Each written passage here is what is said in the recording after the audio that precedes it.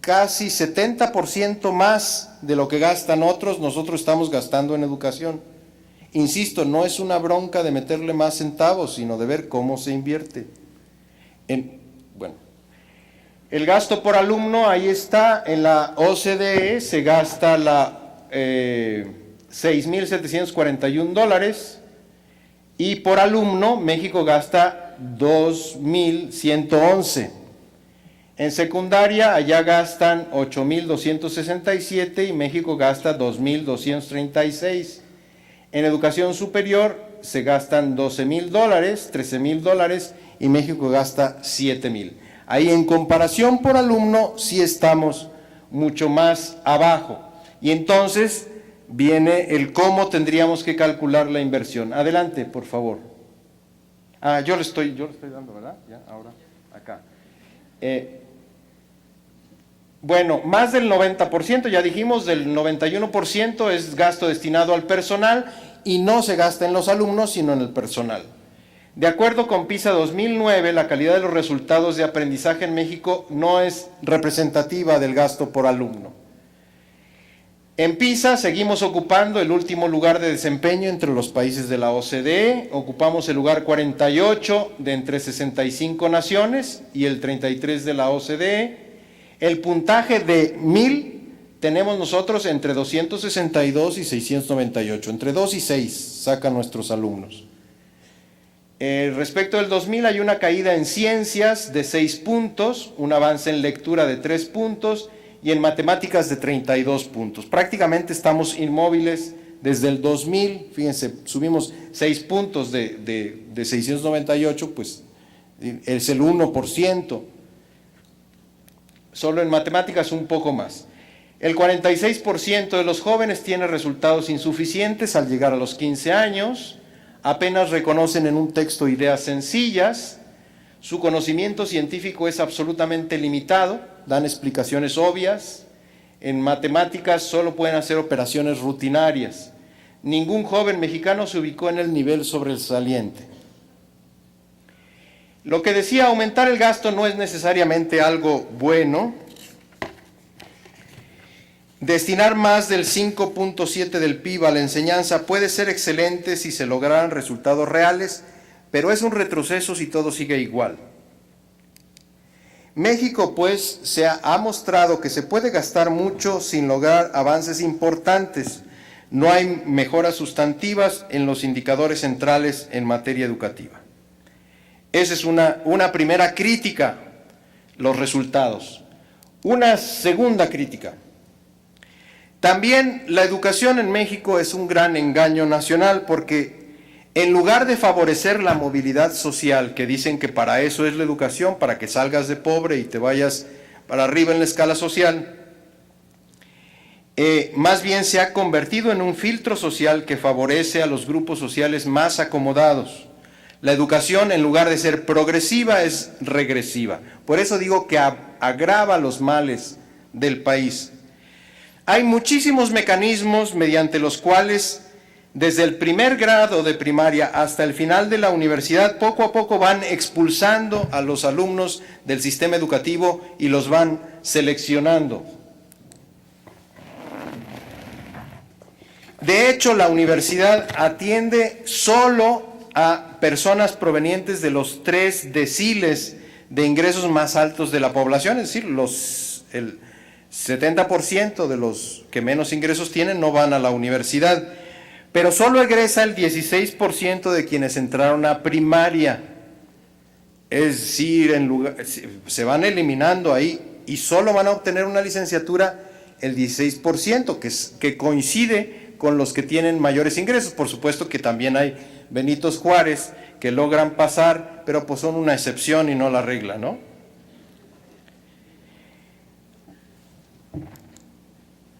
En el análisis de los mecanismos, de eliminación,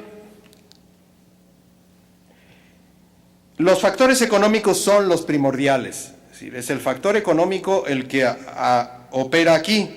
En menor medida intervienen factores psicológicos o individuales o familiares. Entonces, hay una correlación entre los ingresos de los papás y el acceso a niveles superiores de estudio. La escuela mexicana reproduce entonces las desigualdades sociales.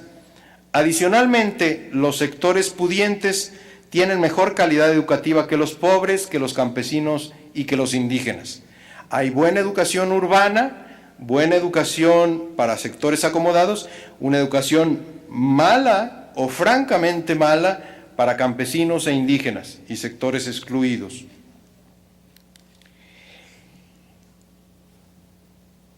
Las funciones, se ha dicho, primordiales de la educación en nuestros países pobres y dependientes debería ser la movilidad social y el cambio social. Ambas nacen de la democratización del acceso al aprendizaje y ahora también de la democratización en el egreso. Ya no se trata de que todo mundo entre a la escuela, prácticamente hay ingreso universal en primaria y secundaria, sino que egresen con la misma calidad. La democratización educativa tiene como fin reducir la correlación entre el origen social y el acceso a los estudios de calidad y por ese medio igualar las posibilidades de vida social ulterior. La educación, decimos, es una herramienta fundamental para la construcción de una sociedad justa y democrática. Pero en realidad el sistema educativo nacional está preparando para una sociedad altamente estratificada, autoritaria y pasiva.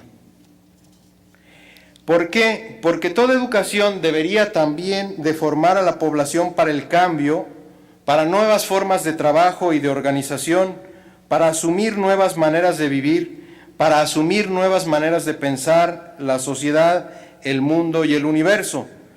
Hacer a los ciudadanos adaptables a la evolución de la ciencia, de la técnica, de la cultura, de los valores, de las normas. Hoy ustedes saben como nunca, el cambio es el signo de los tiempos. La educación ya no se puede constituir solo en custodia de lo viejo, como lo hacía la educación tradicional al enseñar a preservar la herencia social, las tradiciones colectivas, etcétera. Sin embargo, la educación en el México de hoy no se adapta al cambio de la sociedad e incluso es un factor de resistencia a las transformaciones de la propia sociedad, frena las innovaciones sociales y se centra en modelos tradicionales. Hay una resistencia al cambio por parte de las mismas instituciones y de los propios docentes. Entonces, la educación se ha convertido en un medio para la conservación de una sociedad estática, sostiene el orden social establecido que es injusto, legitima la cultura de la inequidad y la fragmentación social, fija la ideología dominante y finalmente reproduce la sociedad con sus terribles exclusiones. Esta radicalísima crítica, estoy de acuerdo que es una crítica muy radical a nuestra educación, es radical pero no es falsa, nos obliga a una profunda revisión de la escuela misma y del sistema educativo. Es necesario que hagamos las cosas de distinta manera para obtener resultados distintos, o nos vamos a volver locos. Decía Einstein que el principio de la locura es pretender resultados distintos haciendo las mismas cosas. Si seguimos haciendo las mismas cosas, vamos a obtener los mismos resultados. Para obtener resultados distintos tenemos que cambiar del modo de hacer las cosas. Aunque hagamos las cosas cientos de veces o lo hagamos con mucho más dinero, si seguimos haciendo lo mismo, vamos a obtener lo mismo. Entonces, aparte de hacer crítica, hay que dar algunas pistas. Y de eso se trata ahora, y entro a la segunda parte de algunas pistas globales. La escuela, primero, en la escuela nos enseñan a ser competitivos, y entonces está toda la ideología de que tienes que ser mejor de los demás y cómo te vas a dejar del otro y tienes que sacar mejores calificaciones del que está al lado. Y entonces va generando ciudadanos, personas competitivas que en lugar de colaborar, compiten, en lugar de construir juntos, separan En fin, entonces, ahorita son pistas globales, después lo voy a aterrizar, les ruego tenerme paciencia. Primero, tiene que abandonar toda forma competitiva para favorecer más bien un modelo cooperativo. Ahí hay una primera pista. Pueden ustedes ir revisando sus propias prácticas educativas, a ver en torno de qué mecanismos están tratando de estimular el aprendizaje. Muchos currículos siguen centrados mayormente en contenidos y no tanto en valores, que es lo que ahora necesitamos, ya lo dije, o competencias, saber hacer, poder aprender, saber construir, lo que sea. Sigue habiendo un exagerado aprecio por lo intelectual sobre otras dimensiones y áreas que son en la vida más fundamentales. La intuición, la creatividad, la imaginación. Ustedes saben que eso es lo que los ha ayudado a salir adelante en momentos difíciles o en la vida, no tanto lo que tienen en el cerebro de conocimientos racionales. Pero nosotros en la escuela seguimos supervalorando el que te sepas los países de África y los ríos de Mesopotamia y cosas de esas, que además están a la vuelta de un clic en las máquinas de hoy.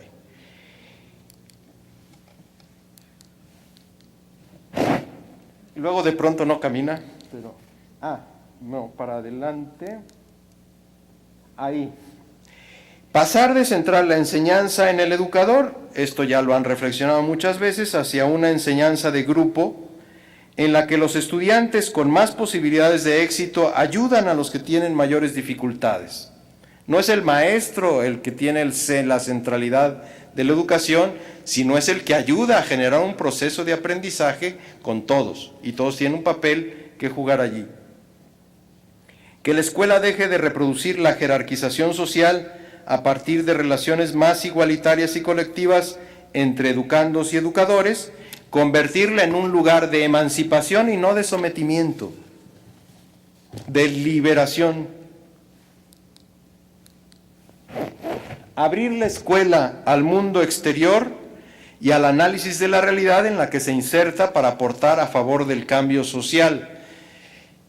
Abrir las aulas, dejar entrar la realidad dentro de las aulas y llevar las aulas afuera donde está la realidad, y esto en cualquier nivel educativo. Presupuestar en el sistema educativo con base en objetivos o metas a lograr y superar la lógica burocrática que distribuye entre rubros presupuestales. El modo mismo de hacer el presupuesto nacional y de cómo se reparte, eso condiciona, pero evidentemente lo que estamos obteniendo.